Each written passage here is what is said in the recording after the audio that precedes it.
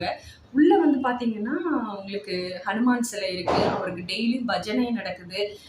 சிவலிங்கம் இருக்கு. அண்ட் சனீஸ்வர பகவான் இருக்காரு. அப்புறம் வந்து வைஷ்ணவி தேவி கட்ரால எப்படி ஒரு குகையில வைஷ்ணவி தேவியோட சிலைய ஸ்தாபிச்சிருக்காங்களோ, அதே மாதிரி ஒரு குகை போன்ற அமைப்ப நிறுவி, அங்க வந்து பண்ணியிருக்காங்க. அதே மாரி கண்ணன், ராதை அந்த சிலையும் இருக்கு.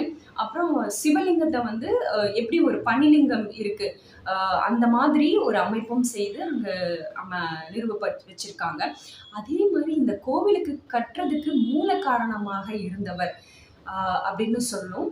அவருடைய தத்ரூபமான படங்கள், அவருடைய வரலாறுகள் அது எல்லாமே வந்து கல்வெட்டுக்கள் மூலியமா அந்த சிலை பக்கத்திலேயே வந்து அவருடைய படத்துக்கு பக்கத்திலேயே வந்து பொறிச்சிருக்காங்க எழுத்துக்களால. ஹிந்தி படிக்க தெரிஞ்சவங்க, நல்லா படிக்க தெரிஞ்சவங்க அதை பொறுமையா நின்று படிச்சு பார்த்து எல்லாம் தெரிஞ்சுக்கலாம். ஸோ நமக்கு வந்து அவ்வளோ தெரியாதுங்கிறதுனால பக்கத்தில் இருக்கிறவங்க கிட்ட கேட்டு அதை தெரிஞ்சுக்கிட்டேன். இந்த மாதிரி அந்த புராண கதை அப்புறம் சொல்றேன்.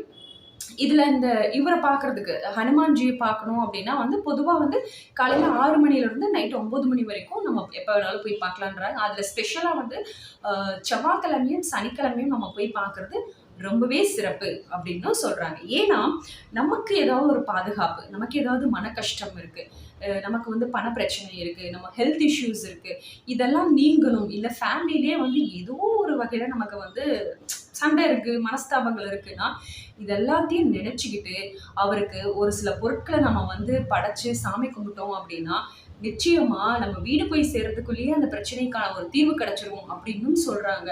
ஏன்னா நான் கண்கூடாக பார்த்தேன். அவங்க வந்து வேண்டிட்டு அதை வாங்கிட்டு வந்து கொடுத்து பூஜை பண்ணி குருக்கள் கிட்ட இருந்து திரும்ப வாங்கும்போது அவங்க ஃபேஸ்ல இருக்கிற அந்த ஒரு சந்தோஷம் இருக்கு பாத்தீங்களா, நிச்சயமா அது